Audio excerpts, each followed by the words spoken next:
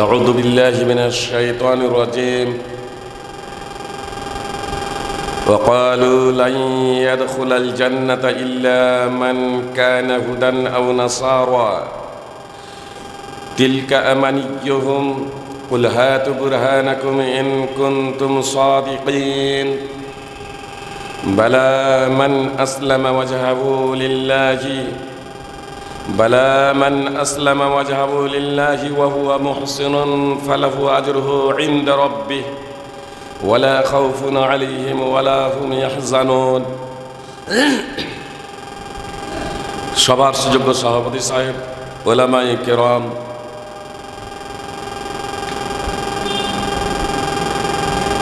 মালদা থেকে আগত আজকে আমাদের বিশেষ অতিথি আলোচক ফজিলাতুল শেখ আব্দুর রহমান আদিল আল মাদানী হাফিজাহুল্লাহ, সুপ্রিয় ভাই ও বোনদের জানাই আন্তরিক শুভেচ্ছা ও অভিনন্দন। আমরা সকাল থেকেই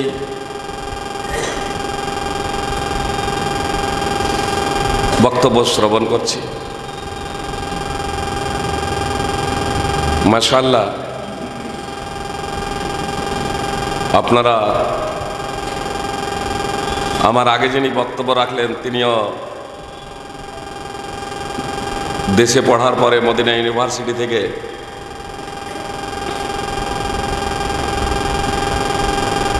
মাস্টার ডিগ্রি করেছেন।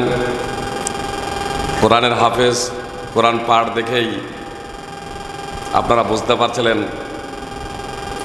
সুললিত কণ্ঠে মধুর সুরে, মানে মধুর সুর তো অনেকেই করে, অনেকেরই আল্লাহ যাকে সুর দেয়, আল্লাহ যাকে আওয়াজ দেন, এটা আল্লাহ তাআলা প্রদত্ত আওয়াজ, কিন্তু অনেকেই যেখানে সেখানে টান দেয়। কিন্তু শেখ কোরআনের হাফেজের সাথে সাথে যোগ্য একজন আলেমের সাথে সাথে কারি, মাশাআল্লাহ, আমরা তার মুখ থেকে মনোমুগ্ধকর কোরআন তেলাওয়াত তথা বক্তব্য শ্রবণ করছিলাম। সুপ্রিয় ভাই এবং বোনদেরকে বলবো যে কথাগুলো আপনারা জীবনে বাস্তবায়ন করবেন। ফারুক আবদুল্লাহ নারায়ণপুরী হাফিজাহুল্লাহ প্রথমেই বক্তব্য রেখেছেন। আজকের সভার প্রথমত মনে হয় প্রথম আলোচক এবং বক্তা ছিলেন। তিনিও ভারতের একজন অন্যতম রত্ন, আমাদের শেখ আশরাফুল হক রহমানী ছিলেন তারই ছেলে। পড়ার পরে পরেই বুখারী পড়াচ্ছেন, মানে যেন তেন প্রকারে না, মানে অনুবাদ দেখে দেখে বুখারী না, যে মাশাআল্লাহ খুব যোগ্য আলেম। আপনারা ভালো ভালো আলেম উপস্থিত করেছেন এখানে, এর জন্য সর্বপ্রথমত আপনাদের জানাই ধন্যবাদ।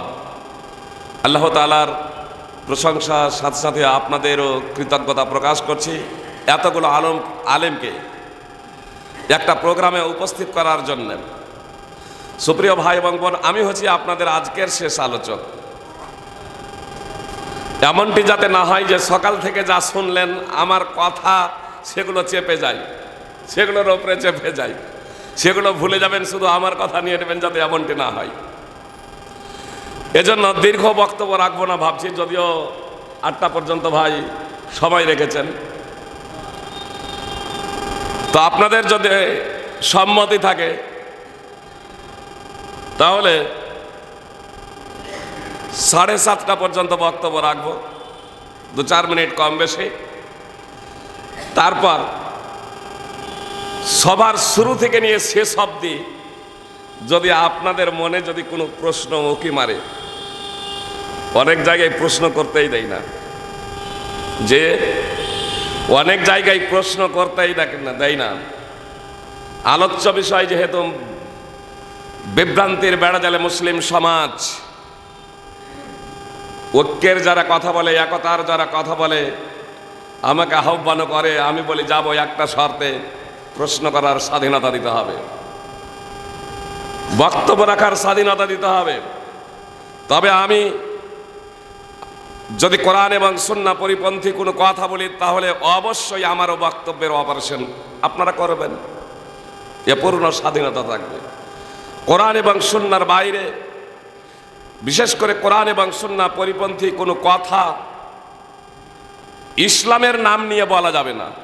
কথা একটু মনোযোগ দিয়ে শুনবেন। কেউ যখন ইতিহাস পড়ে, কেউ যখন ভূগোল পড়ে, কেউ যখন বিজ্ঞান পড়ে, কেউ যখন উপন্যাস পড়ে, তখন কিন্তু সেটাকে ধর্ম দিন মনে করে পড়ে না। অনেকেই বলে যে ইতিহাসে তো ভেজাল আছে, তাহলে ইতিহাস পড়তে নিষেধ করছেন না কেন? ভূগোলে তো ভেজাল আছে, বিজ্ঞানেও তো কিছু ভুল ত্রুটি রয়েছে, তাহলে তা পড়তে নিষেধ করছেন না কেন? তো ওগুলোকে কেউ ধর্ম মনে করে কিন্তু অধ্যয়ন করে না, ধর্ম মনে করে ওগুলো কেউ পাঠ করে না, ওগুলো পড়ে কেউ বিভ্রান্ত হবে এমনটি না। কিন্তু ইসলামের নাম নিয়ে, পবিত্র কোরআন এবং সুন্নাহর নাম দিয়ে যদি বক্তব্য পরিবেশন করা হয় তাহলে জনগণ বিভ্রান্ত হবে, এটা স্বাভাবিক, এটা স্বাভাবিক। আজ মুসলিম জাতি বিভ্রান্তির বেড়া জালে এতটাই আমরা হাবুডুবু খাচ্ছি যে আমার আলোচ্য বিষয়ের আলোচনা যদি বলি যে মহাসমুদ্র, সমুদ্রের বালুকণার সমপরিমাণ, তা থেকে মাত্র কয়েকটি আপনাদের সম্মুখে পরিবেশন করব, তাহলে এটা বাড়াবাড়ি হবে না। কথা একটু মনোযোগ দিয়ে শুনবেন। আমি সাধারণভাবে কিছু কথা আপনাদের সম্মুখে পরিবেশন করব। আপাতত সেই সব কথাগুলো, যে কথা, যে আকীদা, যে মানহাজ, যে বিশ্বাসের কারণে আজকে আমরা দিশেহারা, আজকে আমরা পথহারা, আজকে আমরা বিভ্রান্ত, আজকে আমরা পবিত্র কোরআন এবং সুন্নাহর লক্ষ্য এবং উদ্দেশ্য থেকে বহু দূরে অবস্থান করছি। শুধু আপনাদের বলবো কথাগুলো একটু মনোযোগ দিয়ে শুনবেন, বিষয়টা আপনাদের কাছে স্পষ্ট হয়ে যাবে ইনশাআল্লাহ। আপনাদের সম্মুখে আমি যে আয়াত তেলাওয়াত করেছি সূরা বাকারা 2 নম্বর সূরার 111 এবং 112 নম্বর আয়াত, খুতবায়ে মাসনুনার পরে পরে আমি এটা পাঠ করেছি। আজ মুসলিম সমাজে সব থেকে বড় বিভ্রান্তি, সব থেকে বড় অজ্ঞতা, সব থেকে বড় কুসংস্কার তথা সব থেকে মুসলিম জাতি বিভ্রান্তিতে হাবুডুবু খাচ্ছে বর্তমানের এ আহলে হাদিস হোক, বর্তমানের আহলে হাদিস বলছি, কোরআন সুন্নাহর মাধ্যমে আহলে হাদিসের কথা বলছি না, সাধারণভাবে আমাদের আহলে হাদিস সমাজ হোক, অন্যান্য যে কোনো জামাত হোক, যে কোনো মাযহাব হোক, যারা নিজেদেরকে মুসলিম বলে দাবি করে, সিংহভাগ মানুষ প্রায় বিভ্রান্তিতে আমরা হাবুডুবু খাচ্ছি। আমরা মুসলমান, মুসলমান ছাড়া কেউ জান্নাতে যাবে না। আমরা মুসলমান, মুসলমান ছাড়া কেউ জান্নাতে যাবে না। যে লা ইলাহা ইল্লাল্লাহ বলেছে সে একদিন জান্নাতে যাবে। জান্নাত জাহান্নাম যদি সত্য হয়, জান্নাত জাহান্নাম যদি সত্য হয়, কবরের আযাব যদি সত্য হয়, বাস্তবিকই যদি আল্লাহর অস্তিত্ব থেকে থাকে, তাহলে তো আমরা লা ইলাহা ইল্লাল্লাহ বলেছি, না হয় মোল্লারাই একটু আগে জান্নাতে যাবে, আমরা শাস্তি ভোগ করার পরে একটু পরে জান্নাতে যাব। আমাদের অনেক মানুষের এই ধারণা আছে না? নেই? আপনার হানাফি, শাফি, মালিকি, হাম্বলি সকলেরই নামাজ পড়তে বললে নামাজ পড়ে কি হবে? নামাজ পড়ে খেতে পাওয়া যাবে নাকি? ধর্ম শিক্ষা করে কি হবে? ধর্ম শিক্ষা তো এটা তো ভিখারি বিদ্যা, ভিখারি বিদ্যা। যে আমাকে একদা বলেছিল, আমাকে যখন আব্বা বললেন যে মাদ্রাসায় পড়তে দেব, সম্পর্কিত আমার এক দাদি বলেছিলেন, হ্যাঁ রে একরামুল, তোর ঘরে কি খাবার নেই? এর হাত পা আছে, তোর ঘরে খাবার আছে, অথচ কেন তুই এই ছেলেটাকে ভিখারি বিদ্যা শিখতে দেবে? যার ঘরে খাবার নেই, যার হাত পা ন্যাংরা, যে কানা, সে মাদ্রাসায় পড়াশোনা করবে। শেষ পর্যন্ত আব্বা অটল থাকলেন এই কথাতেই যে না, আমি আমার ছেলেকে আরবি পড়াবো। আমার অনেকগুলো ছেলে, অন্তত একটা ছেলে আরবি পড়ুক। আব্বা অবশ্য প্রতিবাদ করেছিলেন এই বলে যে ভিখারি বিদ্যা বলছো কেন? ইসলামী শিক্ষা এটা তো প্রত্যেক মুসলিমের শিক্ষা অপরিহার্য কর্তব্য। আমরা যে কোনো কারণেই হোক না কেন তা থেকে আজ দূরে আছি। এটা ধর্মীয় শিক্ষা, আমাদের শিক্ষা জানা একান্ত কর্তব্য। আর আমার অনেকগুলো ছেলে, অন্তত একটা ছেলে আরবিক লাইনে পড়াশোনা করুক। অন্তত আমার ইন্তেকালের পরে কেউ যদি আমার জন্য দোয়া করে, হয়তো এই ছেলেটা আমার জন্য দোয়া করবে। আমার সম্মুখে এক ঘটনা ঘটেছিল সেই সময় যখন আমি মাদ্রাসায় তখনও পড়তে শুরু করিনি, যে ইসলাম তথা কোরআন এবং সুন্নাহর শিক্ষাটা হলো ভিখারি শিক্ষা।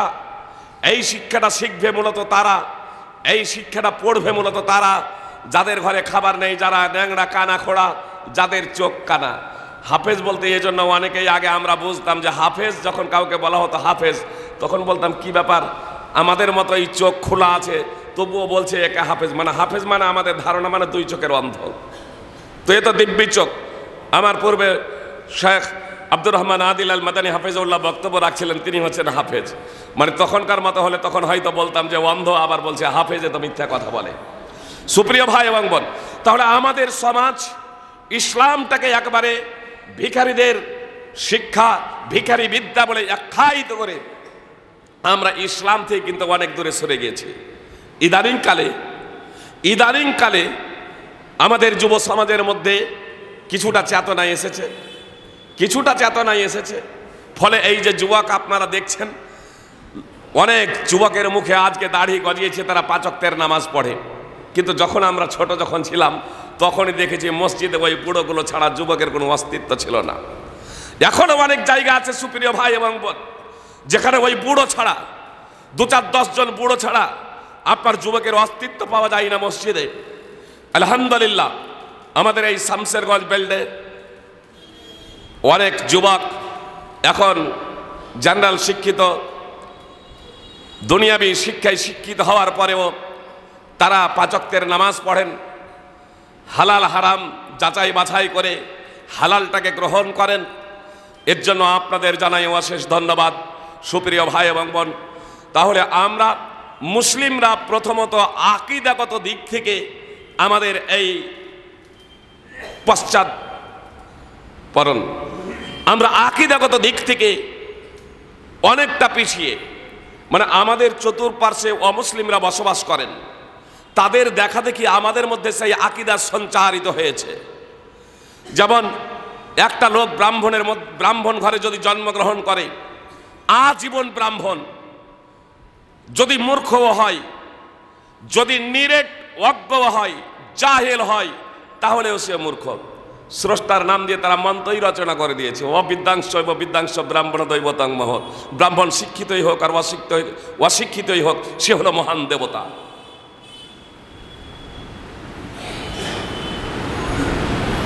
তাদের আকীদা, তাদের বিশ্বাস আজ আমাদের মুসলিমদের ঘরে ঘরে।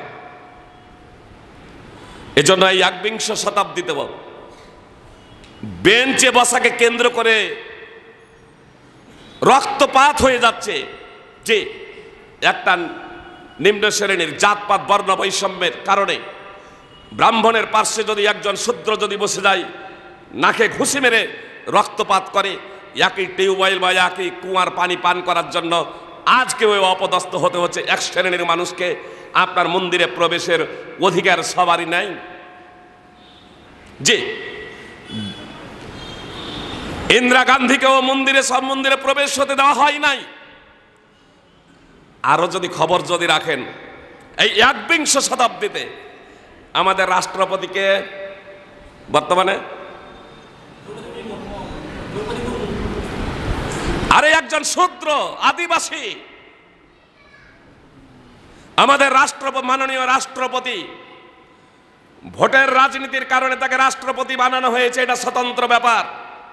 সংসদ ভবন যে উদ্ভাবন হয়েছিল পূজা পাঠের মাধ্যমে, সেখানে তাকে আমন্ত্রণ জানানো হয়েছিল।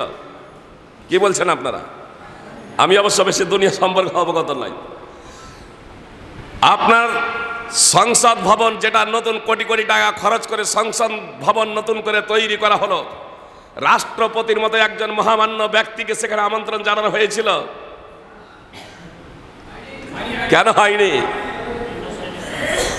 একজন রাষ্ট্রপতি সেখানে আমন্ত্রিত হবেন না, এটা কেন? তিনি যদি ব্রাহ্মণ হতেন, শূদ্র না হয়ে অন্য কোনো কেউ হতেন, তাহলে অবশ্যই তিনি আমন্ত্রিত হতেন, এটা জেনে রাখবেন। যেহেতু ওই উদ্বোধনী অনুষ্ঠানে পূজা পাঠ হচ্ছে, আর সেই পূজায় আপনার তার অধিকার নেই, এজন্য তাকে আমন্ত্রণ জানানো হয়নি। সুপ্রিয় ভাই এবং বোন, আমি আপনাদেরকে এই কথাটা শুধু এজন্যই বলতে চাচ্ছি যে তাদের সেই ধারণা আমাদের মাঝে সঞ্চারিত হয়েছে, আমাদের মাঝে সঞ্চারিত হয়েছে যে আমরা মুসলমান, মুসলমান ছাড়া কেউ জান্নাতে যাবে না। আর আমরা মুসলমান, কেন মুসলমান? আমরা মুসলমান ঘরে জন্মগ্রহণ করেছি, অতএব আমরা মুসলমান। যেমন ব্রাহ্মণ ঘরে জন্মগ্রহণ করলে আজীবন ব্রাহ্মণ, শূদ্রের ঘরে জন্মগ্রহণ করলে আজীবন শূদ্র, অনুরূপভাবে মুসলমানরা ভাবতে শুরু করেছে মুসলমান ঘরে জন্মগ্রহণ করেছে আজীবন মুসলমান। অথচ এই ধারণাটা যে সম্পূর্ণ ভুল। আপনারা একাধিকবার শুনেছেন নূহ আলাইহিস সালাম, বিখ্যাত নবী, তার ছেলে কাফের, তিনি তাকে বাঁচাতে পারবেন না। নূহ এবং লূত আলাইহিস সালামের স্ত্রীরা আপনার কাফেরা, একজন স্ত্রী কাফেরা হওয়ার কারণে তারা তাদের স্ত্রীদের বাঁচাতে পারবেন না। সুপ্রিয় ভাই এবং বোন, তাহলে সম্পর্ক বা ঔরস জাত হওয়ার কারণে আপনারা মুসলমান হওয়া যায় না। নবীর ঘরে জন্মগ্রহণ করে নবী যদি না হয়, ন্যূনতম মুসলমান হতো না, মুসলমান থাকতো না। তাহলে নবীর ঘরে জন্মগ্রহণ করে যদি ন্যূনতম মুসলমানও না হওয়া যায়, তাহলে আমরা মুসলমান ঘরে জন্মগ্রহণ করেছি, আমরা মুসলমান কেমনে? এটা চূড়ান্ত বাস্তব কথা যে মুসলিম ছাড়া কেউ জান্নাতে যাবে না। নবী সাল্লাল্লাহু আলাইহি সাল্লাম বলেছেন, বেলাল রাদিয়াল্লাহু তাআলা আনহুকে ঘোষণা দিয়ে দাও, ইন্নাহু লা ইয়াদখুলুল জান্নাতা ইল্লা নাফসুম মুসলিমা, মুসলিম ছাড়া কেউ জান্নাতে যাবে না। সহিহ বুখারী হাদিস নম্বর 3062, সহিহ মুসলিম হাদিস নম্বর 111। কিন্তু মুসলিম তো আমাকে আপনাকে হতে হবে। মুসলিম ঘরে জন্মগ্রহণ করেছি বলে আমরা বলছি আমরা জান্নাতে যাব। ইহুদি এবং খ্রিস্টান এরা বনি ইসরাইলের বংশধর। আল্লাহ তাআলা অনেক নবী রাসূল প্রেরণ করেছেন। যে সমস্ত নবী রাসূলের কথা আল্লাহ তাআলা নাম উল্লেখ করেছেন পবিত্র কোরআনে, তার সিংহভাগ নবী রাসূল এসেছিলেন বনি ইসরাইলে। তাই বনি ইসরাইলে অনেক নবী রাসূল এসেছিলেন বলে ইহুদি এবং খ্রিস্টানেরা গর্ব করে বলতো। তাদের কথাটা আল্লাহ পবিত্র কোরআনে নকল করেছেন। আল্লাহ বলছেন, ওয়া ক্বালু লা ইয়াদখুলাল জান্নাতা ইল্লা মান কানা হুদান আও নাসারা। ইহুদি এবং খ্রিস্টানেরা বলে ইহুদি ও খ্রিস্টান হওয়া ছাড়া জান্নাতে যাওয়ার জন্য বিকল্প কোনো পথ নেই। কেউ যদি জান্নাতে যেতে চায়, কেউ যদি স্বর্গে যেতে চায়, তাহলে তাকে ইহুদি হতে হবে অথবা খ্রিস্টান হতে হবে। তাকে ইহুদি হতে হবে অথবা খ্রিস্টান হতে হবে। আজকে মুসলমানরা যে নতুনভাবে একটা দল তৈরি করলো, তারপরে বলছে সাহাবায়ে কেরাম বিচ্যুত হয়ে গিয়েছিলেন, সঠিক পথ থেকে দূরে সরে গিয়েছিলেন। কেউ বলছে সাহাবায়ে কেরাম কাফের হয়ে গিয়েছিলেন। কেউ বলছে আমরা জান্নাতি, ওরা জাহান্নামী। ওরা বলছে তোরা জাহান্নামী, আমরা জান্নাতি।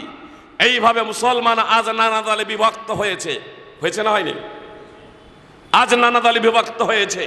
প্রত্যেকেই দাবি করে আমরাই হচ্ছি হক, আমরাই হচ্ছি সত্যবাদী, আমরাই হচ্ছি জান্নাতের দাবিদার।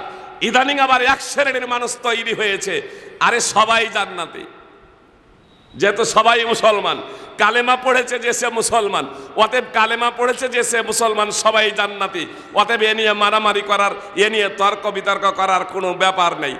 মধ্যখান থেকে কাদিয়ানি এসে মির্জা গোলাম মোহাম্মদ কাদিয়ানি এই সুযোগে বলল যে আমি হলাম ইমাম মেহেদি, আমি হলাম ঈসা, আমি হলাম নবী। সবাই যখন জান্নাতি, তবে আমার অনুসারীরা আরো বেশি জান্নাতি। যে মুসলমানরা জোরসে আমিন না আস্তা আমিন একে কেন্দ্র করে মসজিদ ভাগাভাগি করে, আপোষে রক্ত ঝরায়, যে মুসলমানেরা উমুকপন্থী তুমুকপন্থী একই জামাতের একই দলের হওয়া সত্ত্বেও আপনার রক্তপাত করে, ইজতেমাই করে, মসজিদে করে, তারাই আবার হয়ে যায় কাদিয়ানি। সুপ্রিয় ভাই এবং বোন, এক হাতে মুসাফা না দুই হাতে মুসাফাকে কেন্দ্র করে যারা মসজিদ ভাগাভাগি করে তারা বলে, তারা আবার হয়ে যায় আজকে কাদিয়ানি। কিছু কিছু ব্যক্তি এটা হচ্ছে কেমনে? আসলে মুসলিম সমাজ চরম অজ্ঞতা ও বিভ্রান্তির শিকার। এই বিভ্রান্তির শিকার ফলে তারা পথ হারা, ঈমান হারা, ইসলাম হারা হয়ে তারা ধর্মচ্যুত ও মুরতাদ হয়ে মৃত্যুবরণ করছে। সুপ্রিয় ভাই এবং বোন, কথা একটু মনোযোগ দিয়ে শুনবেন। আমি শুধু বিভ্রান্তি বলে যাব না, ইনশাল্লাহ আপনাদের সম্মুখে আমি তার সমাধান দিয়ে যাব পবিত্র কোরআন এবং সুন্নাহর আলোকে। আর আমি বলেছি যে আমি শুধু বক্তব্য রাখবো তাই নয়, আমার বক্তব্য দুটো টাইমে বিভাজন হবে।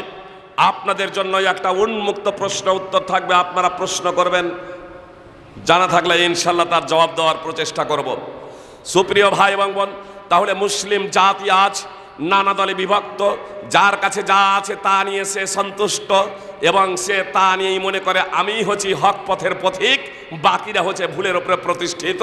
আবার কেউ বলছে সবাই হক, যে যা করছে করুক, লা ইলাহা ইল্লাল্লাহর মাধ্যমে বা আল্লাহ আল্লাহ বললেই সব একটা ঝান্ডার তলে এসো, পতাকার তলে এসো, তাহলে মুসলিমরা মাথা উঁচু করে আমরা দাঁড়াতে পারবো।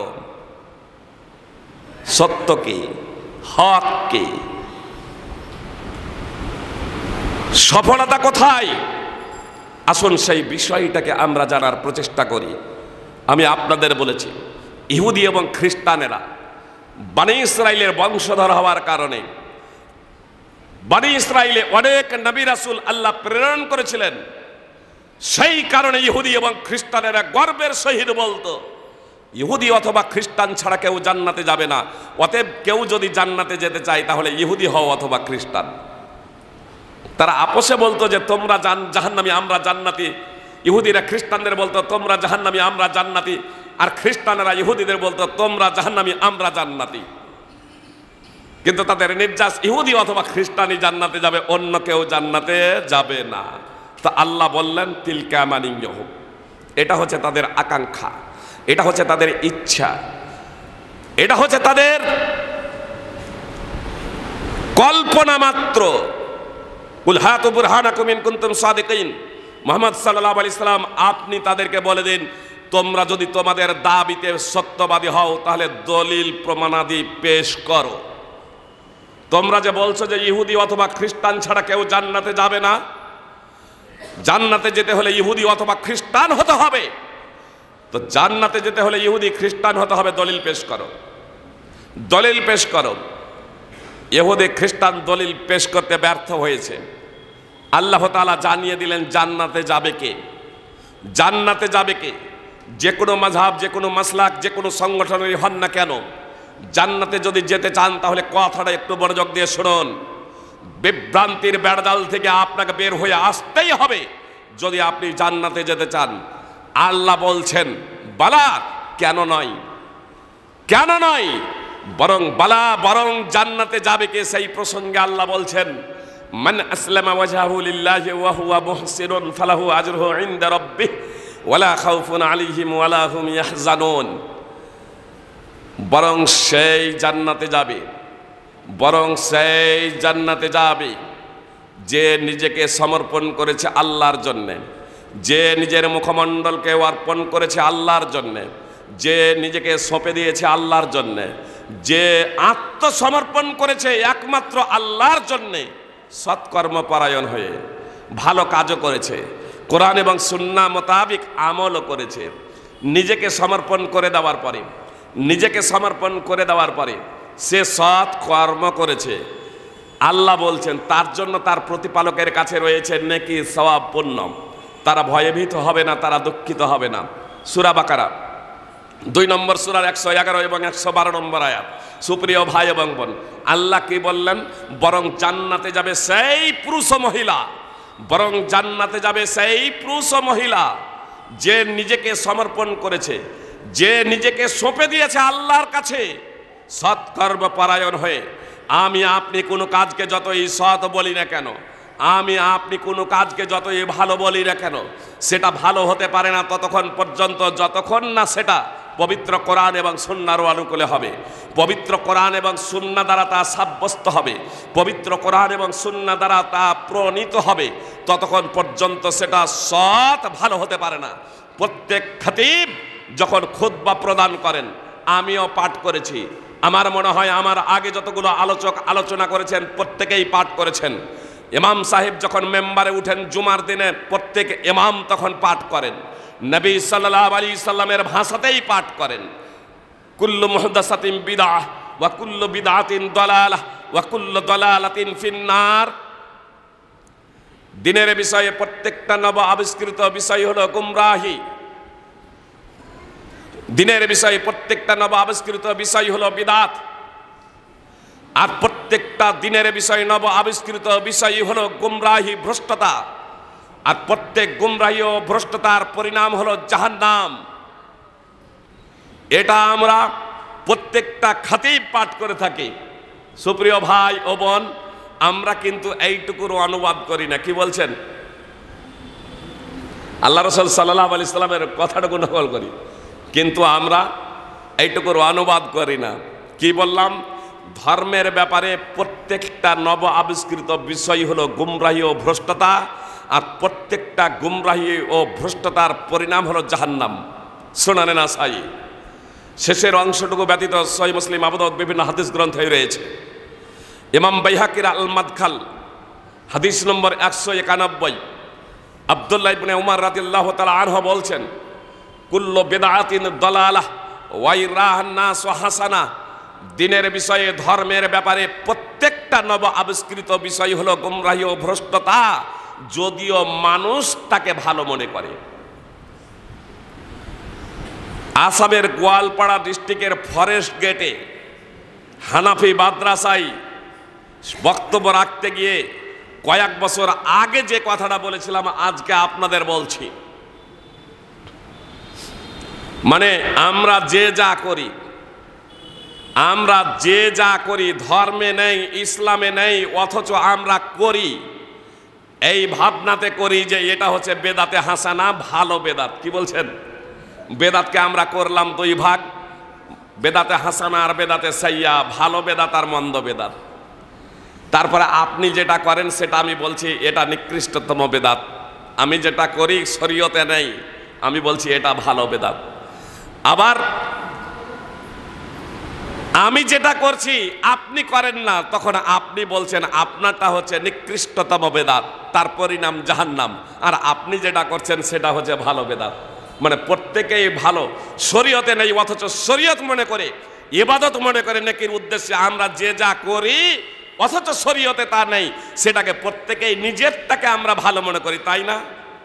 অথচ আল্লাহ রাসূল সাল্লাল্লাহু আলাইহি সাল্লাম বললেন, প্রত্যেকটা বিদআত, ধর্মের বিষয়ে প্রত্যেকটা নব আবিষ্কৃত বিষয় হলো গুমরাহি ও ভ্রষ্টতা। আপনার দৃষ্টিতে তা ভালো হোক আর মন্দ, প্রত্যেকটা বলে দিলেন রাসূল সাল্লাল্লাহু আলাইহি সাল্লাম।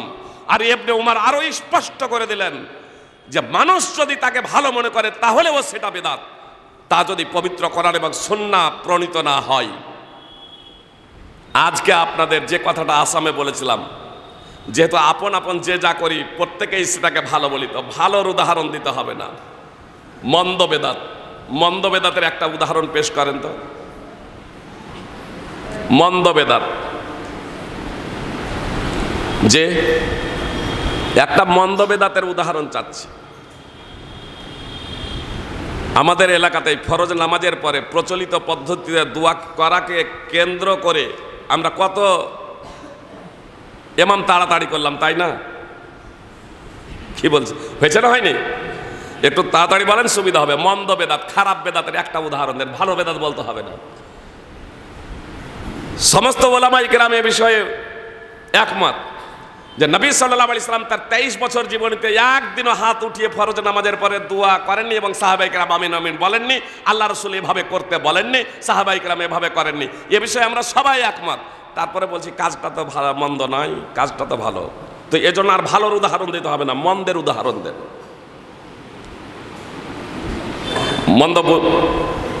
মন্দ বেদাতের উদাহরণ পাচ্ছেন না খুঁজে? সময় নিচ্ছে না আমি আপনাদের, আসামেই বলে দিই। আসামে যা ঘটেছিল, স্টেজে প্রায় 14-15 জন মুফতি বসেছিলেন।